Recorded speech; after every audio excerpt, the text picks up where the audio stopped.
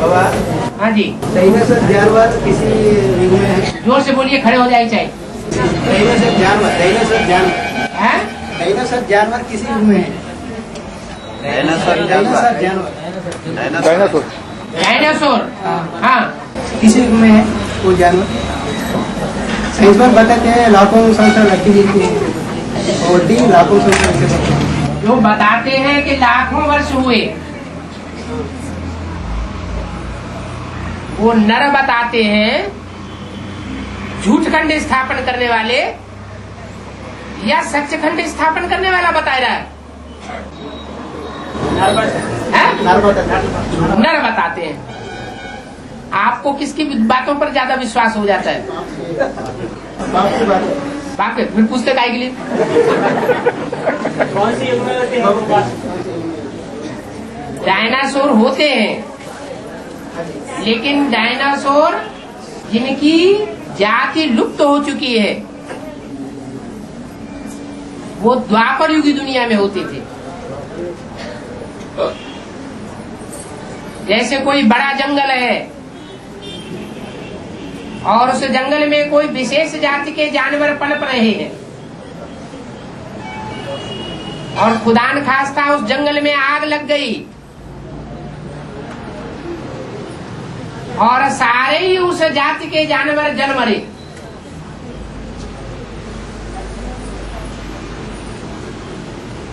एक बच गया। तो जो एक नर या एक मादा बचेगी,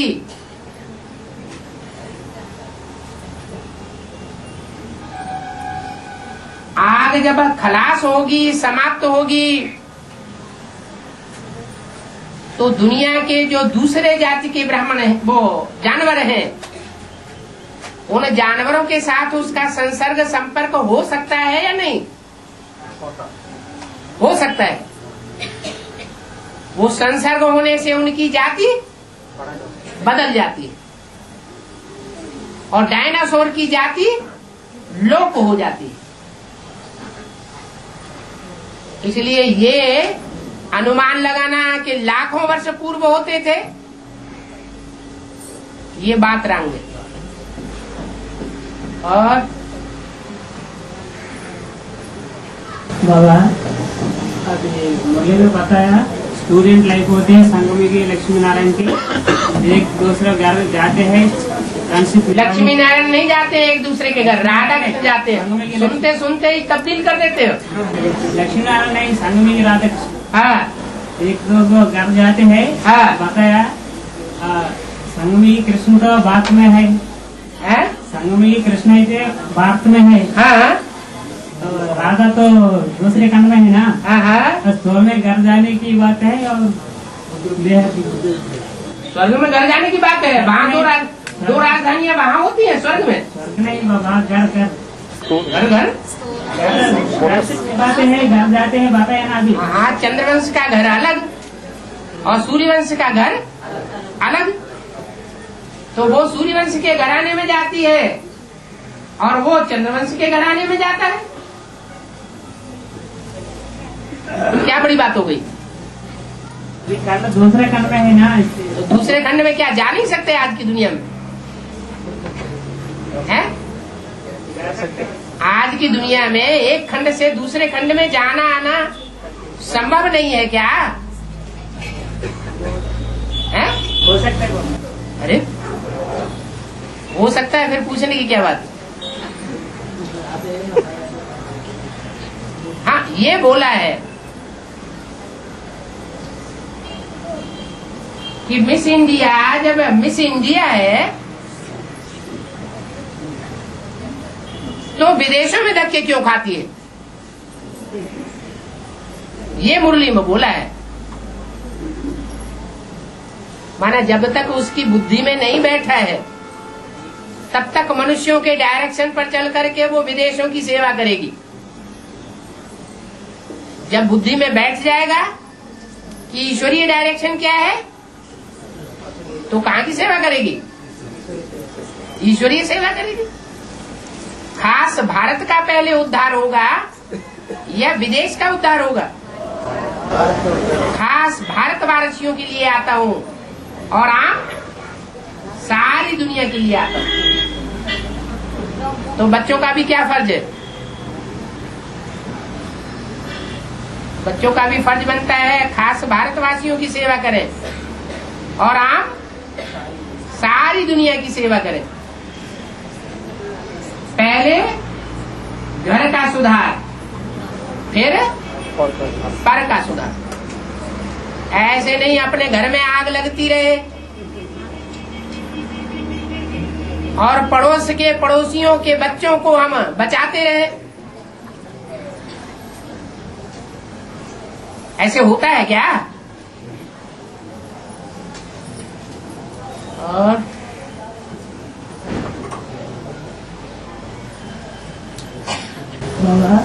बाबा बताते हैं और 63 जन में जो काम किया उसी हिसाब जिनसे जिन साथ संबंध निभाया अभी शूटिंग फील्ड में तो उदय होता है ऐसे बताया। और कोई मुरली में बताया अभी जो शूटिंग करते हैं अभी 63 बहुत जन में ये शूटिंग हिसाब से 5 बजाते हैं ऐसे बताया। दोनों में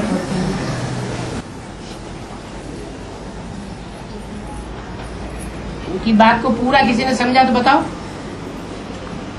बाबा बताते हैं जो 63 जन में जो बात जिन साथ बात बजाया वो अरे इनकी बात को समझ लिया तो बताओ जल्दी से। हाँ जो पार्ट बजाया है? इसे जन्म में जिन आत्मा के साथ पार्ट बजाया हाँ जी, वो भी शूटिंग फील्ड में सामने आते हैं। हाँ जी। फिर जिनके साथ संबंध संपर्क में है वो भी सामने आते हैं। फिर उनमें क्या फर्क है? बात तो एक ही हो गई। 63 जन जिनके साथ पाठ बजाया वो संबंधी भी है, संपर्की भी है। और जो प्रैक्टिकल में संबंध संपर्क में है उनमें और उनमें क्या फर्क है? अरे वो यहाँ मन के अंदर संकल्पों में आते हैं और वहाँ कोई जरूरी नहीं है कि वो मन के संकल्प के अंदर ही आकर रह गए हो। वो प्रैक्टिकल पार्ट भी वहाँ उनके साथ चलता है। यहाँ संकल्पों से शूटिंग होती है या प्रैक्टिकल कर्मेंद्रियों से ही शूटिंग होती है? संकल्पों से सृष्टि रची जाती है। ब्रह्मा के संकल्पों से सृष्टि रची गई तो ब्राह्मणों के संकल्पों से सृष्टि नहीं रची जा सकती।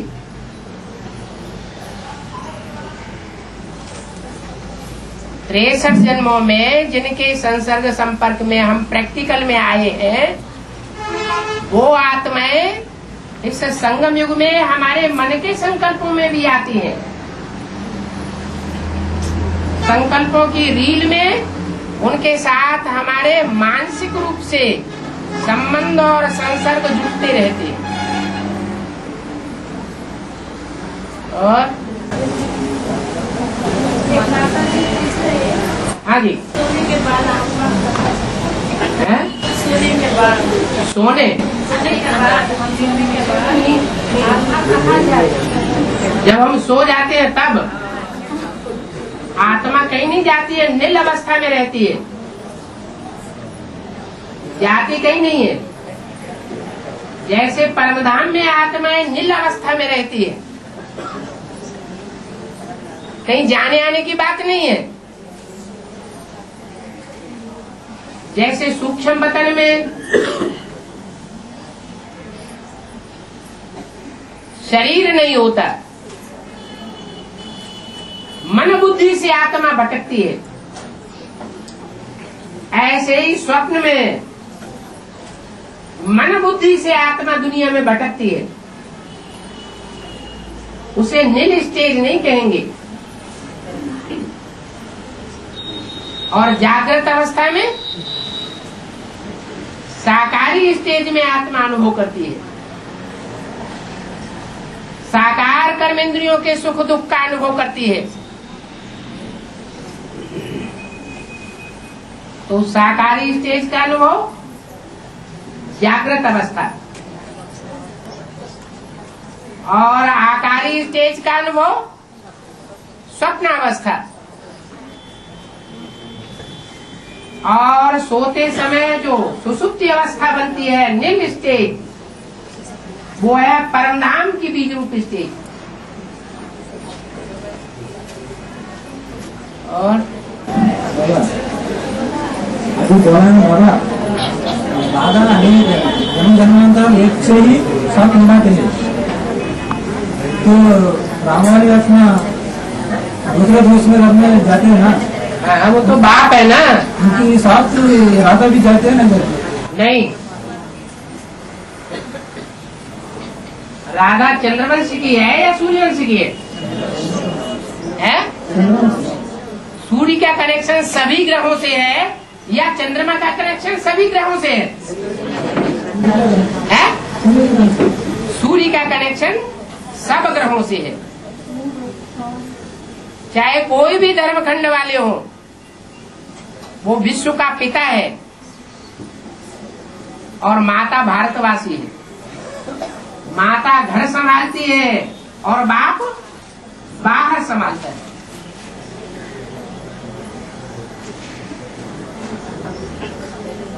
बाप विदेश में जाता है कमाई करने, माता नहीं जाती है, माता बच्चों को संभालती है। जन्म जन्मांतर एक से ही साथ निभाते हैं। जन्म जन्मांतर एक से ही साथ निभाते हैं। हाँ, तो क्या हुआ? रामावली में दूसरे धर्म में जाते हैं तो फ्रेंड के रूप में नहीं निभा सकती, माँ और बच्चे के रूप में नहीं निभा सकती, बाप बेटे के रूप में संबंध नहीं निभा सकती। संबंध निभाना तो अच्छी बात है, लेकिन संबंध जो है उसमें टूटना नहीं होना चाहिए। संबंध जोड़ने के बाद अगर तोड़ा जाता है तो खराब बात हो जाती है।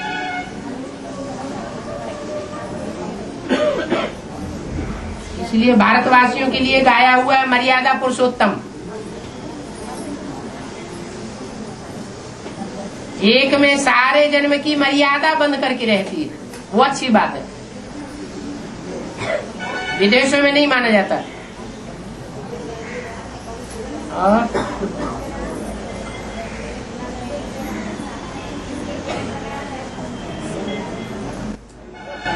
करने के लिए शरीर अंत में बर्फ में दब जाते हैं ना, इस समय शरीर को दुख लगते हैं नहीं लगते?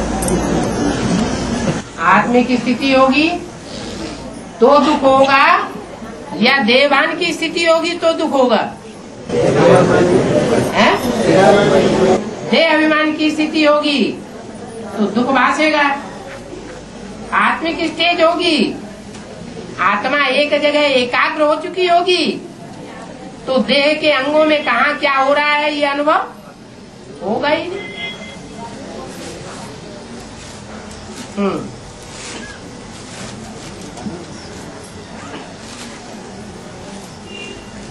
बाबा द्रौपदी की पति था ना, जो आपसे तुम सब द्रौपदियाँ हो तो हम भी द्रौपदी बनेंगे। ये दिमाग में हमारे बात बहुत चलती है। जब द्रौपदी इतनी ऊंची नारी जो नारी से नारायणी बन सकती है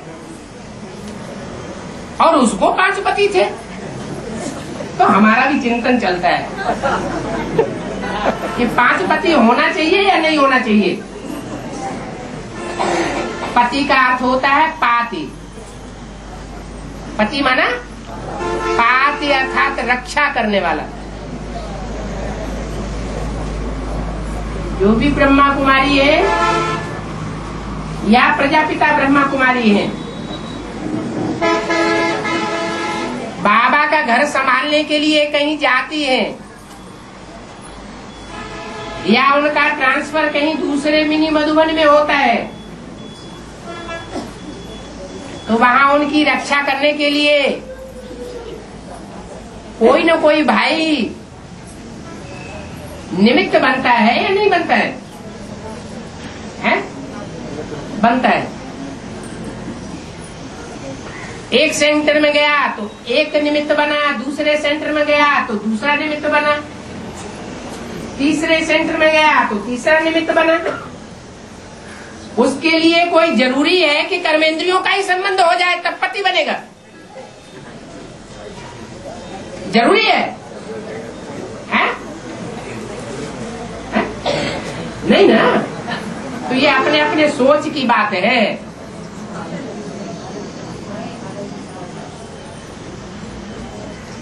पति का अर्थ होता है रक्षा करने वाला, दुष्टों से रक्षा करे। तो कोई तो भाई भी अच्छी तरीके से सेंटर चलाते हैं और कोई भाई ऐसे होते हैं दुर्योधन दुशासन बन करके चलाते हैं।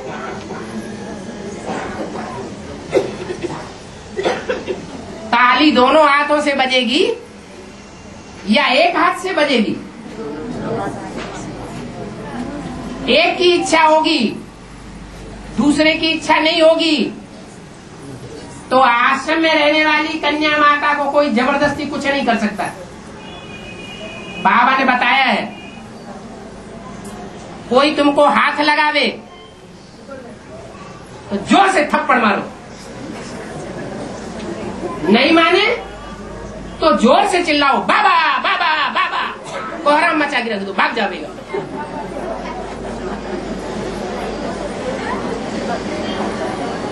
द्रौपदी का अर्थ ही है ध्रुव पद पाने वाली।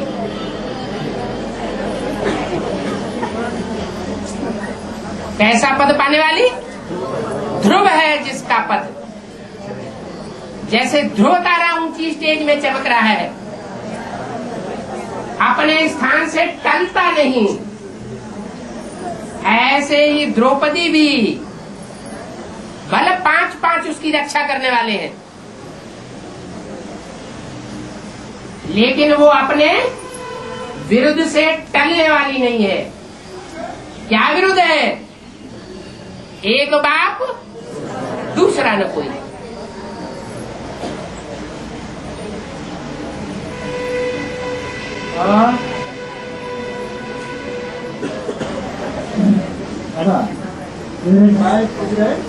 जो भी इंस्पिरेशन पार्टी जैसा काम कर रहे हैं, जो भी इंस्पिरेशन पार्टी कर रहे हैं ना, इंस्पिरेटिंग पार्टी, हाँ, वो सिर्फ चंद्रवंश की आत्मा है, दूसरे धर्म की आत्माएं भी कर सकती है सर? हाँ, दूसरे धर्म की आत्माएं आधार मूर्तों में अर्थात बेसिक नॉलेज वाली पार्टी में जो शरीर छोड़ रहे हैं, उनमें भी तो दूसरे धर्म के हैं ना। और एडवांस पार्टी में भी बीज रूप आत्माएं अलग अलग धर्मों के छिलके वाली है। तो जो जिससे कनेक्टेड है वो उनमें प्रवेश करके पार्ट बजाती है, जिनका जिससे हिसाब किताब है। शरीर छोड़ने वाले इंस्पिरेटिंग पार्टी में जा रहे हैं, बेसिक नॉलेज वाले।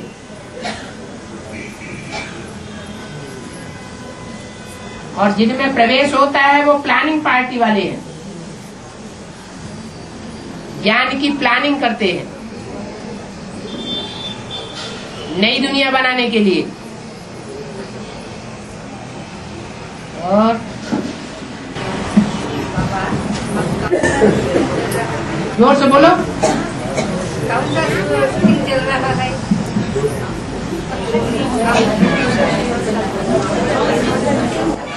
अभी कौन सा शूटिंग चल रहा है? सतयुगी शूटिंग कब चला ये पता है?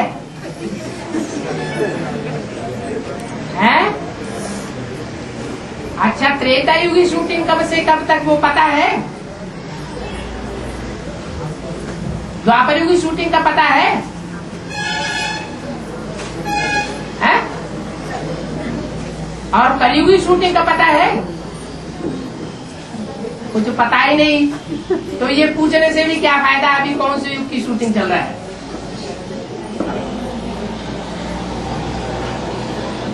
मनसा के संकल्पों से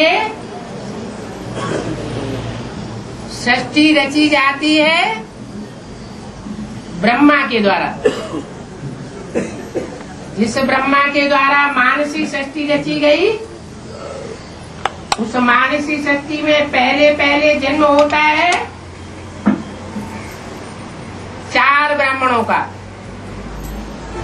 सनत, सनातन, सनंदन, सनत कुमार,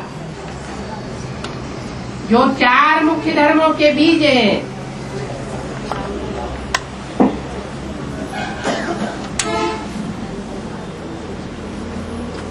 सत्य की शूटिंग भी होती है।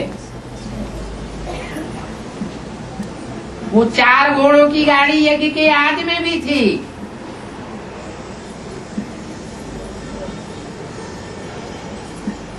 ब्रह्मा के शरीर छोड़ने के बाद, मम्मा के शरीर छोड़ने के बाद,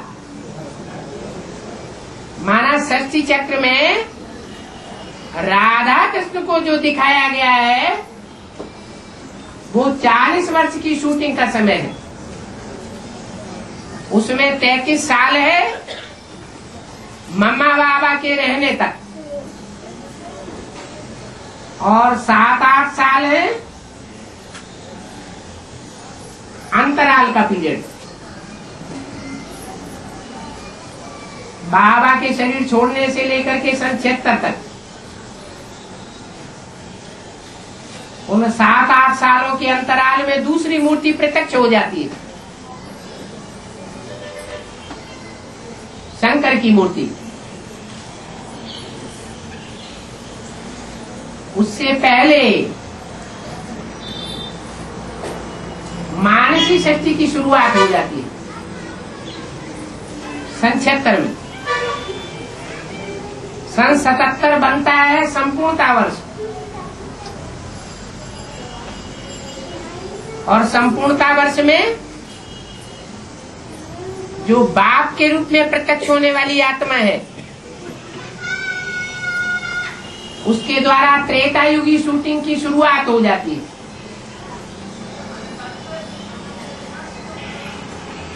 राम राजा, राम प्रजा, राम साहूकार, ये त्रेता युगी शूटिंग कब तक चलती है? जब तक कृष्ण उर्फ ब्रह्मा की 100 साल पूरे न हो जाए। उनके 100 साल पूरे होते हैं सन 87-88 में, जब 1 वर्ष ब्रह्मा की सोल ने गुलजार आदि में आना बंद कर दिया था, तब उनके 100 साल पूरे हो चुके थे।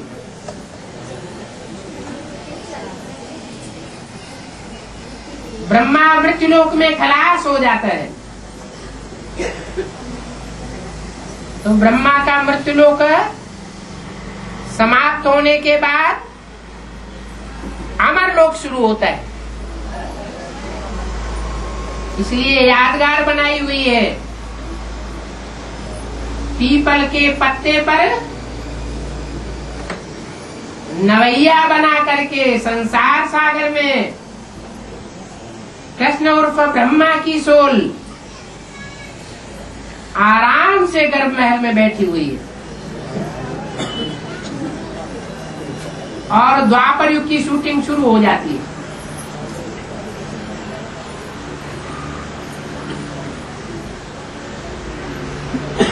नवासी 90 से जब से ये शूटिंग शुरू होती है, तो 9 कन्याएं एक ही साल में धक से सरेंडर हो जाती हैं एडवांस पार्टी में। बिन फेरे हम तेरे। कोई मनुष्य के लिए ये बात नहीं हो सकती है। ये संगम भी कृष्ण की बात है, जो संसार में भगवान के रूप में गाया जाता है।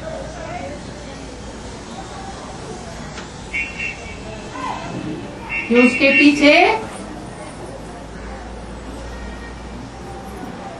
बिना फेरे लगाए सामाजिक मान्यताओं को तोड़ते हुए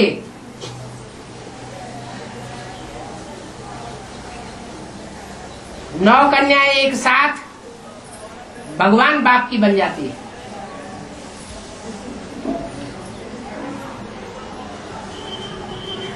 वो अमरलोक की बात है। जब कृष्ण की आत्मा अमरलोक का अनुभव करती है। संसार सागर है, विषय सागर, लेकिन उस विषय सागर में कोई पीपल के पत्ते की तरह हिलने डुलने वाली आत्मा है। उसमें प्रवेश करके निश्चिंत अवस्था का अंगूठा चूसते हुए कृष्ण की सोल को दिखाया जाता है। तो द्वापर युगी शूटिंग में कृष्ण की प्रत्यक्षता दिखाई गई है। पहले गर्भ में प्रवेश होता है और बाद में द्वापर युगी शूटिंग के अंत में बाहर प्रत्यक्ष होता है कंस की जेल से।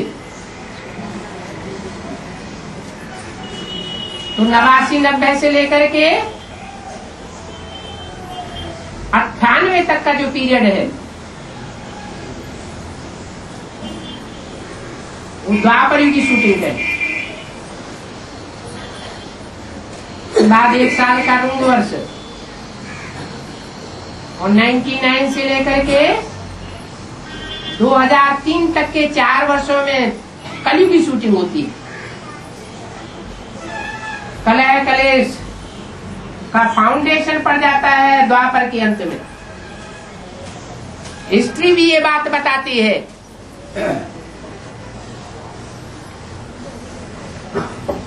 कि द्वापर युग में लड़ाई झगड़े धर्म के नाम पर नहीं होते थे। धर्म की बातों को लेकर के लड़ाई झगड़े नहीं होते थे।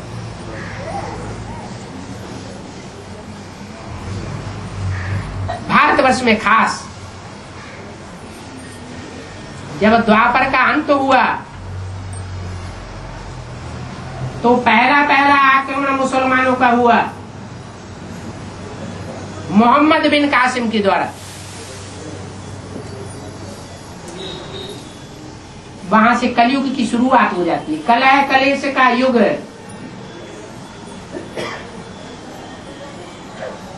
माना जैसे ही कृष्ण प्रत्यक्ष होता है कृष्ण और कंस संप्रदाय की लड़ाई शुरू हो जाती है। कलह कलेश का युग शुरू हो जाता है। 98-99 से लेकर के 2004 तक ये पीरियड चलता है कलयुग की शूटिंग। उसके बाद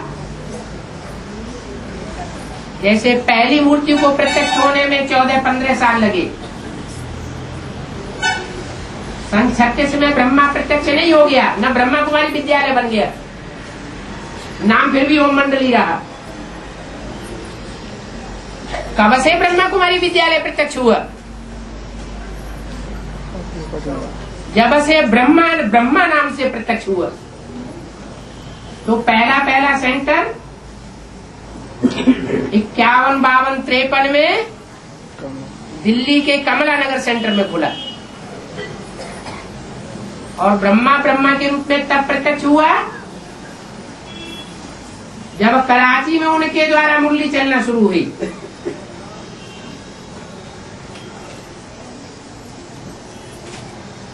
ब्रह्मा के द्वारा ही बाप प्रत्यक्ष होते हैं।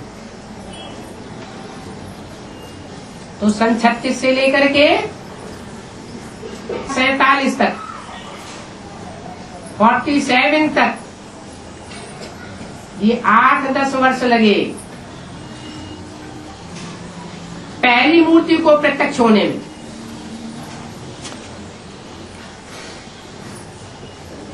ऐसे ही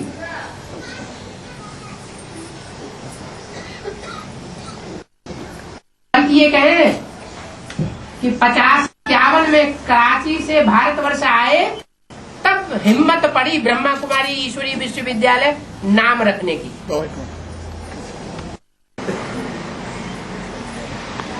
संसार में ब्रह्मा कुमारी और ब्रह्मा नाम की प्रत्यक्षता कब से हुई? कराची से शुरू हुई या भारत में आने के बाद ब्रह्मा कुमारी विद्यालय की स्थापना हुई तब शुरू हुई है? भारत में आने के बाद ब्रह्मा कुमारी विद्यालय नामकरण हुआ और ब्रह्मा के मुख से जब से वाणी चलना शुरू हुई कराची से, तब से बुद्धि में आने लगा ब्राह्मणों को कि ये ब्रह्मा की आत्मा है। दादा लिख रहा तो कहेंगे कि सन 36-37 से लेकर के 50-51 के 15-16 वर्ष में पहली मूर्ति प्रत्यक्ष हुई। ये अंतराल का पीरियड है पहली मूर्ति को प्रत्यक्ष होने में। ऐसे ही ब्रह्मा के शरीर छोड़ने के बाद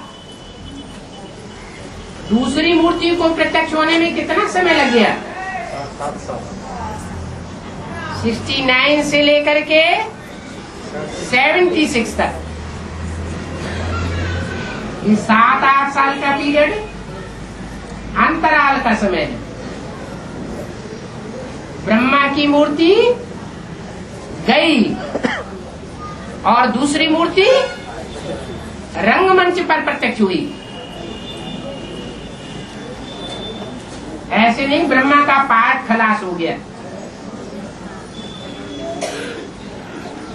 ब्रह्मा का पाठ भी चलता है और दूसरी मूर्ति शंकर का पाठ भी चलता है।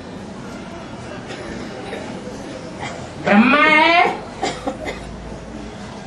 माना बड़ी मैं है तो जरूर कोई स्त्री चोले के द्वारा पाठ बजाती है, जिसे शंकर का पात्रधारी सर माथे पर स्वीकार करता है।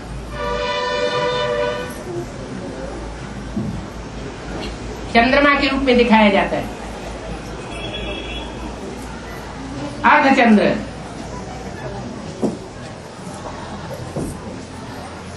ये दूसरी मूर्ति प्रत्यक्ष होती है।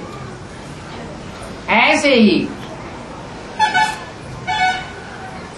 दूसरी मूर्ति का कार्यकाल भी 30-33 साल का है। जैसे ब्रह्मा ने 33 साल पूरे होने पर मूर्ति का रूप छोड़ दिया, अमूर्त रूप धारण कर लिया। 18 जनवरी 69 तक मूर्त था, उसके बाद अमूर्त हो गया, मूर्ति खलास हो गई, गुप्त हो गई। पाठ नहीं गुप्त हुआ, जो कि बोला हुआ है स्थापना के कार्य में ब्रह्मा का पाठ अंत तक नुदा हुआ है। ऐसे ही दूसरी दो मूर्तियों का पाठ भी अंत तक नुदा हुआ है। ऐसे नहीं कि शंकर की मूर्ति का पाठ 30 साल पूरे होने के बाद खलास हो जाता है। हाँ, जो विधर्मी आत्माएं हैं, विमुख आत्माएं हैं, विमुख रहने वाले ब्राह्मण परिवार के लोग हैं, दूसरे धर्मों का छिलका जिनके ऊपर चढ़ा हुआ है, उनके लिए गुप्त हो जाता है और बच्चों के सामने बाप प्रत्यक्ष हो जाते हैं। जैसे 4-6 साल की वाणी के अंदर ही अव्यक्त बाप दादा ने बोला हुआ है कि बाप दादा दुनिया की नजरों से, दुनिया वालों की नजरों से गुप्त हो गए और बच्चों के आगे प्रत्यक्ष हो गए। अभी भी ये पाठ चल रहा है। तो ऐसे नहीं कि ब्रह्मा की मूर्ति और शंकर की मूर्ति का पाठ खत्म हो गया। पाठ तो चालू रहता है जब तक पूरी स्थापना न हो जाए, जब तक 100% पालना का रूप प्रत्यक्ष न हो जाए, और जब तक 100% 500-700 करोड़ की दुनिया का विनाश न हो जाए, तब तक तीनों मूर्तियां प्रत्यक्ष होकर के रहेंगी।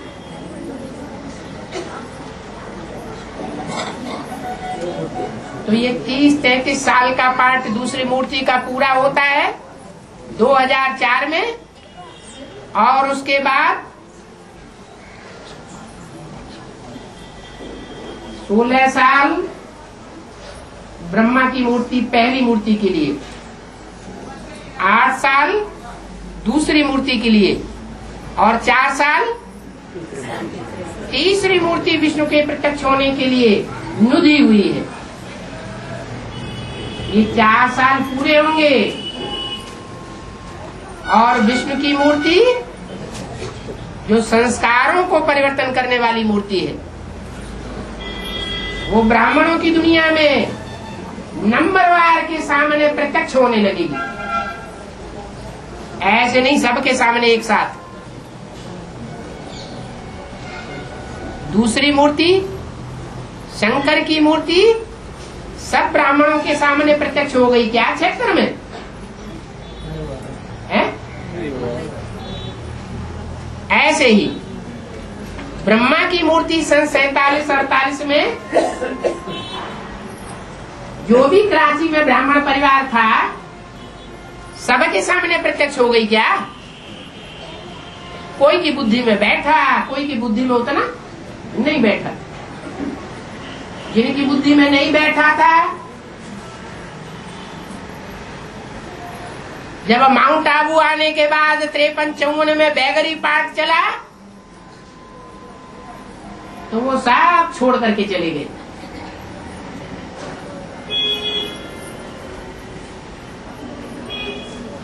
पचहत्तर की संख्या बची। ऐसे ही यहां भी है।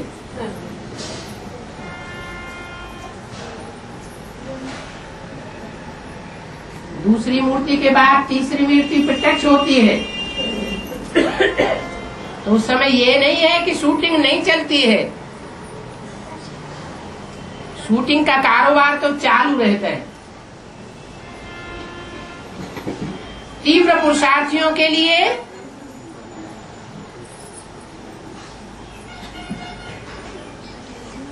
वो ऐसा पीरियड है जैसे फाइनल एग्जाम होने के बाद थोड़े दिनों के लिए छुट्टी कर दी जाती है।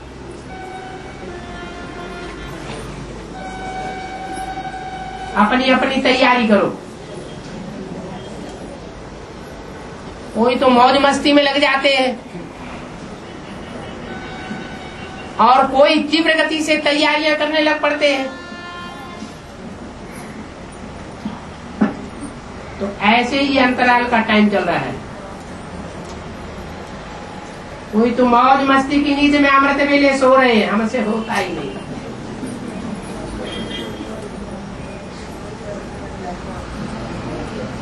और कोई तो अलर्ट होकर के पुरुषार्थ कर रहे हैं।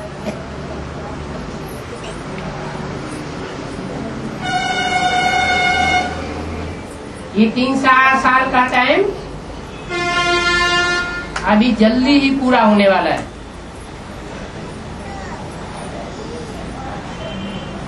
कोई के लिए सतो प्रधान स्टेज की शूटिंग हो रही है, कोई के लिए सतो सामान्य पुरुषार्थ की शूटिंग हो रही है, कोई के लिए द्वापर युगी रजो प्रधानता की शूटिंग हो रही है, और कोई के लिए तामसी स्टेज की शूटिंग हो रही है।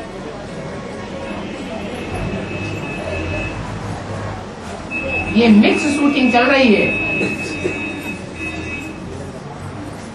ये नहीं कहा जा सकता कि सबके लिए एक युग की शूटिंग चल रही है। जैसा जैसा जिसका पुरुषार्थ वैसी वैसी उसके लिए शूटिंग।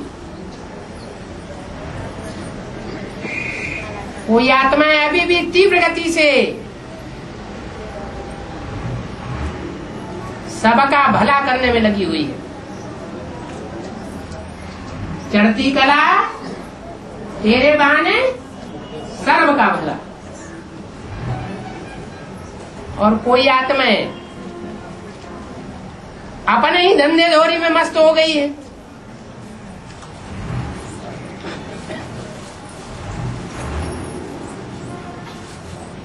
तो शूटिंग का हिसाब अलग अलग प्रकार का है। और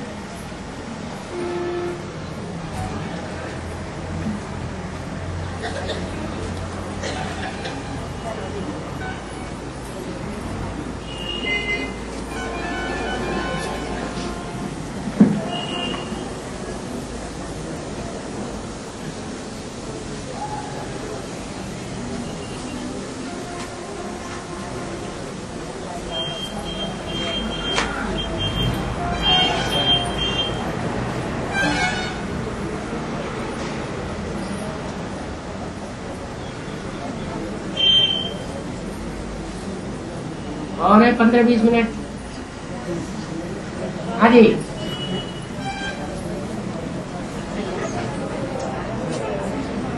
बोलो बोलो, अपनी भाषा में बोलो, कोई अनुवाद कर देगा।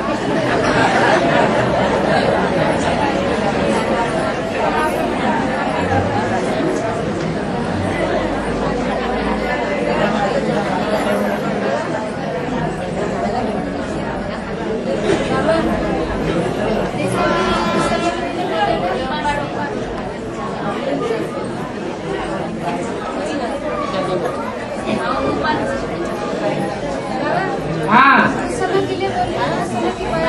अरे शांत रहो भाई। हाँ, पहले आप बोले ना, मैंने सूर्यवंशी जो कृष्ण है हैं? सूर्यवंशी जो कृष्ण है हाँ वो राधा के यहाँ जा सकता है।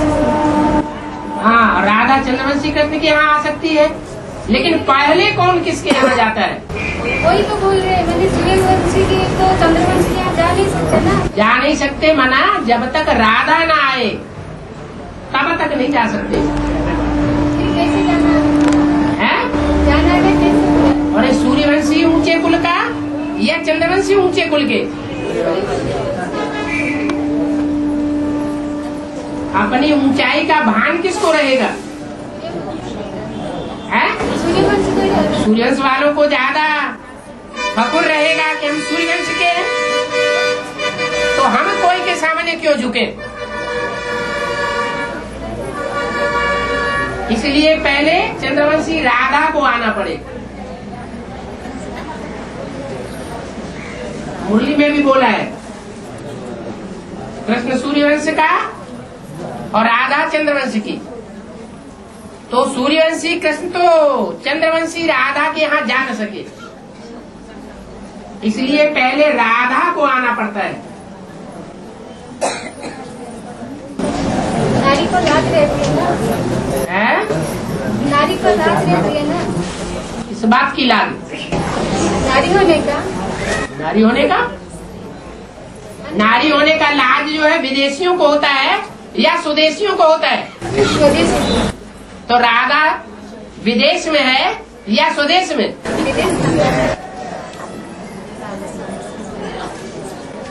विदेश में है ना, तो लाज की बात ही नहीं। बाबा बोले ना कि जितना पति बनते उतना पावन ही बन जाएगी। हाँ जी, तो यहाँ जो जितना पति बनते उतना इस समय का गायन, इस समय का गायन कौन सा है?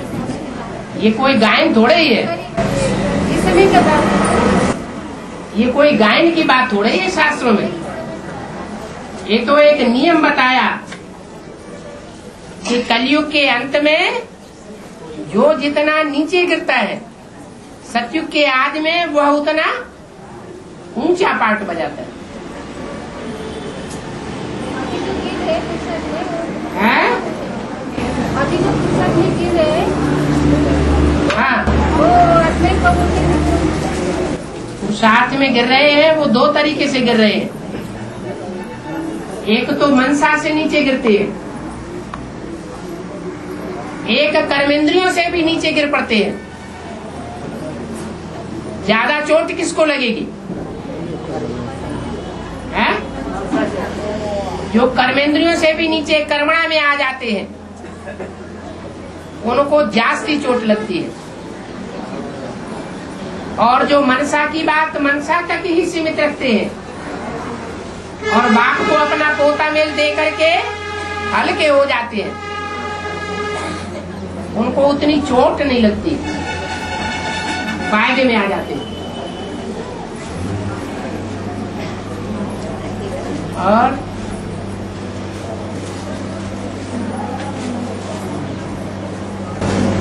बाबा जो जितना पतित है वो इतने कुशल करते हैं क्या?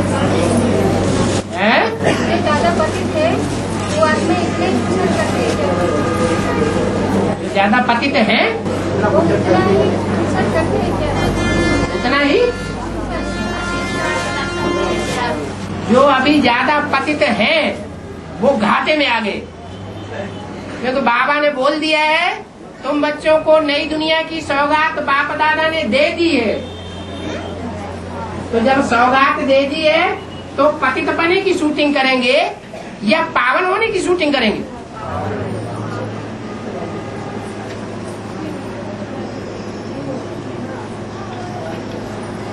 अभी पतित होने का टाइम नहीं है।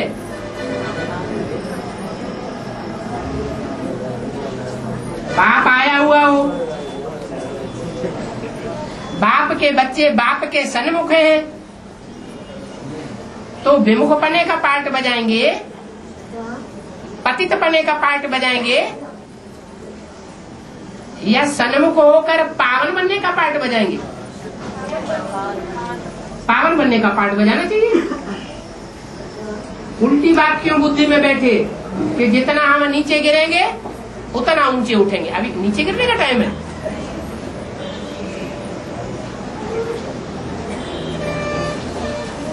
और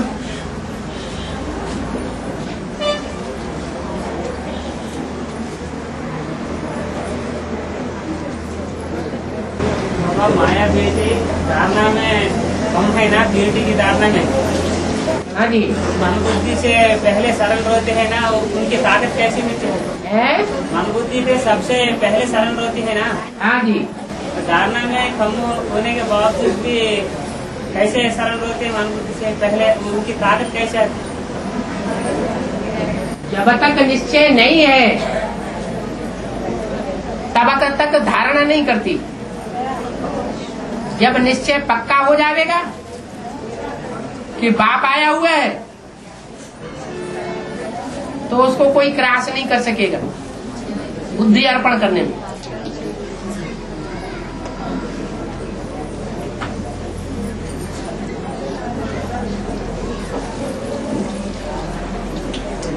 पत्थर बुद्धि को पारस बुद्धि बनाने वाला कौन?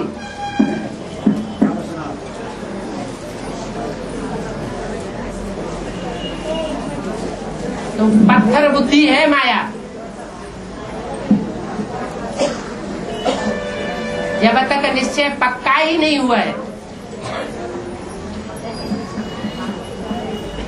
तो शूटिंग कैसे शुरू हो जाएगी?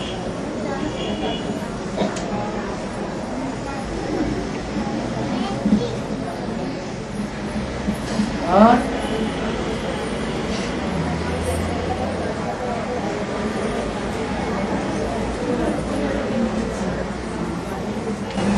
स्थूल हंस होती है, दूध पानी अलग करते थे ऐसे बोलते हैं ना। स्थूल हंस होती है बाबा, हंस स्थूल हंस होती है बेहद ब्राह्मण की बात। 16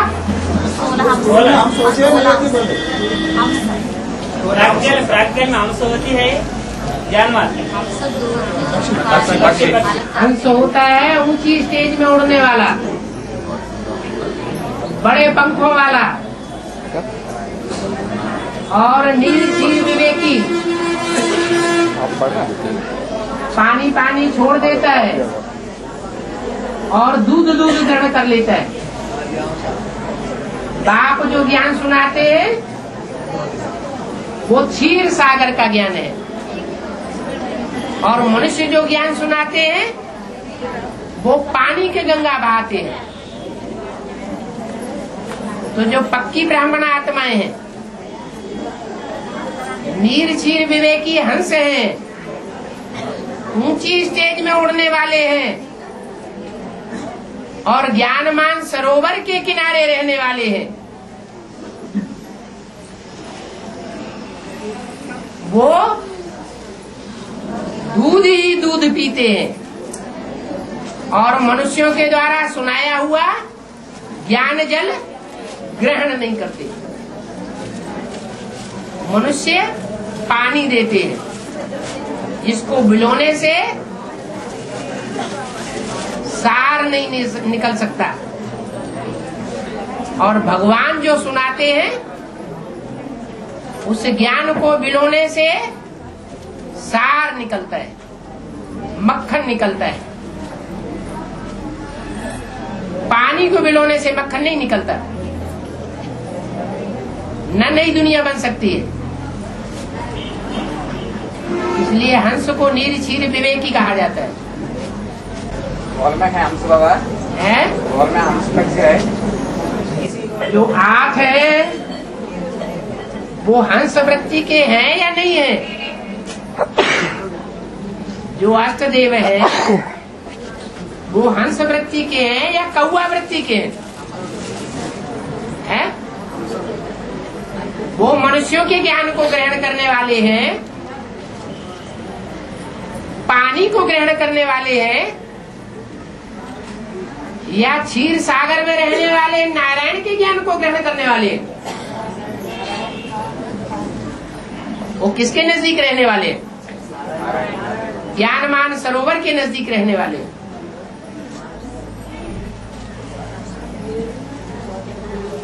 इसलिए अव्यक्त वाणी में बोला हुआ है, अभी जो 2 साल से अष्टदेवों से ही विशेष बातचीत होती है अव्यक्त बाप दादा की अव्यक्त वाणी में। उस वाणी में बोला है, तुम बच्चे बाप दादा के बगैर रह नहीं सकते और बाप दादा तुम्हारे बगैर रह नहीं सकते। इतना क्लोज कनेक्शन है अष्टदेवों का बाप दादा से।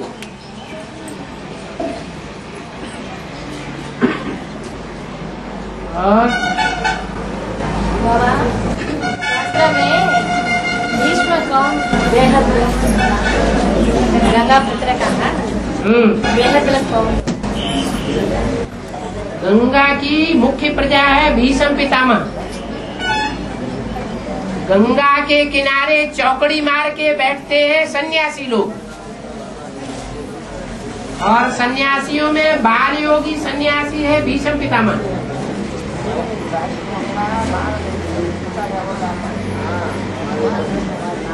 इसलिए भीष्म पितामह को गंगा पुत्र कहा जाता है। पुत्र माना रचना, गंगा है रचयिता और भीष्म पितामह है उनकी प्रजा। प्रजा माना रचना, प्रकष्ट रूपेण जायते।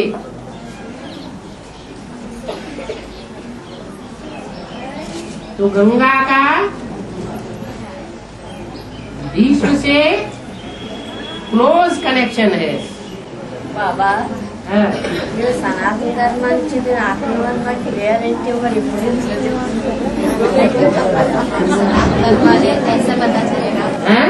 सनातन वाले कैसे पता चलेगा? हाँ।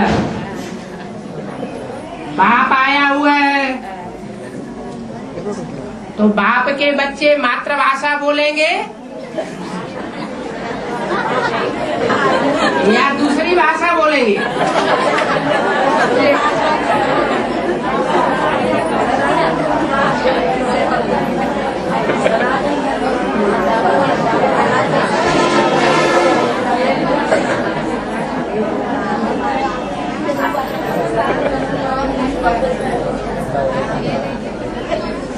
अच्छा, मान लो कोई बच्चे ऐसे होते हैं कि जल्दी उनके मुंह से भाषा नहीं निकलती, बड़ी उम्र के हो जाते हैं तो भी भाषा बोल नहीं पाते। कोई भाषा में डिफेक्ट है,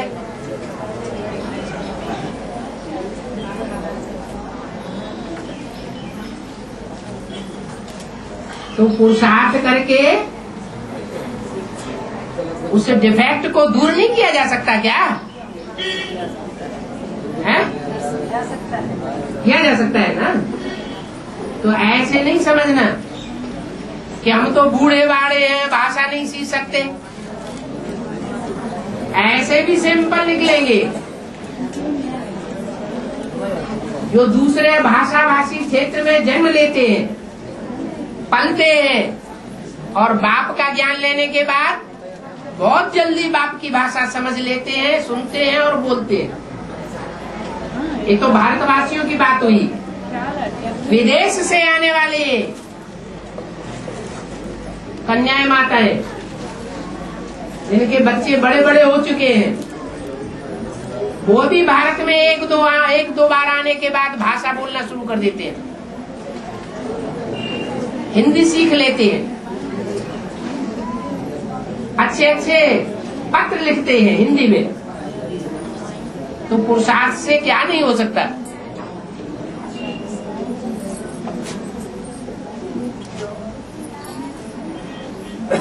और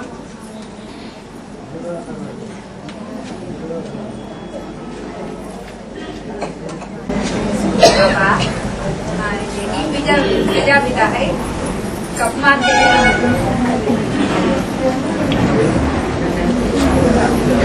एक बार फिर रिपीट करो। बाबा एक ही बाबा है, प्रजापिता लोग कब मानते हैं? बाबा तो प्रजापिता बोलते प्रजापिता है, कब मानेंगे? कौन मानने की बात कर रहे हैं? सब लोग माने 500 करोड़ है? 500 करोड़ जब मानेंगे, जब 500 करोड़ के ऊपर विनाश बरपा होगा, जब दुनिया का विनाश होगा तो जान जाएंगे कि विनाशकारी मूर्ति कौन सी है। जो काम दुनिया के धर्म पिताएं नहीं कर सकते, वो काम करने के लिए ये बापों का बाप आया हुआ है और उसको बाप स्वीकार कर लेंगे। प्रजापिता माना सारी मनुष्य शक्ति का पिता। जो नास्तिक से नास्तिक एटम बम बनाने वाली आत्माएं हैं, वो भी अंत समय में त्राहिमाम कर जाएंगी, बाप स्वीकार कर लेंगी, नास्तिक से आस्तिक बन जाएंगी।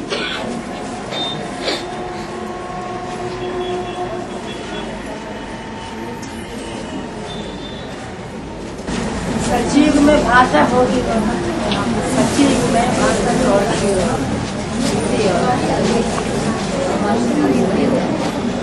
ये बताएं, कम बोलते हैं या ज्यादा बोलते हैं? अभी बाबा हमको सिखा रहा है कम बोलो, धीमे बोलो और मीठा बोलो। तो सतयुग में भाषा की जरूरत इसलिए नहीं होगी कि कोई को देहभान नहीं होगा। देहभान ये 5 तत्वों के रूप में रोड़ा है।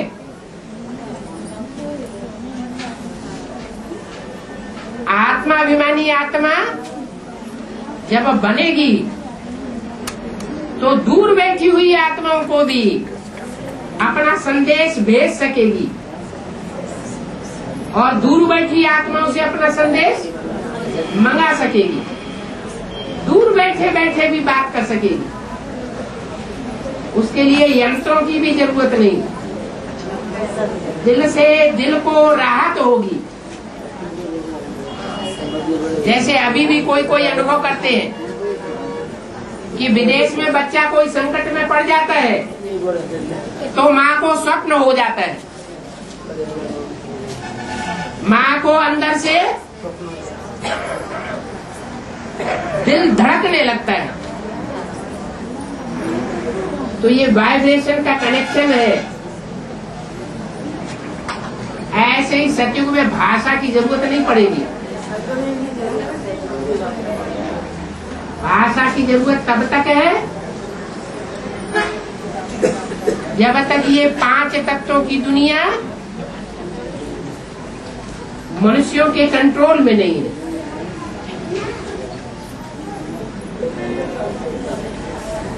ओम शांति।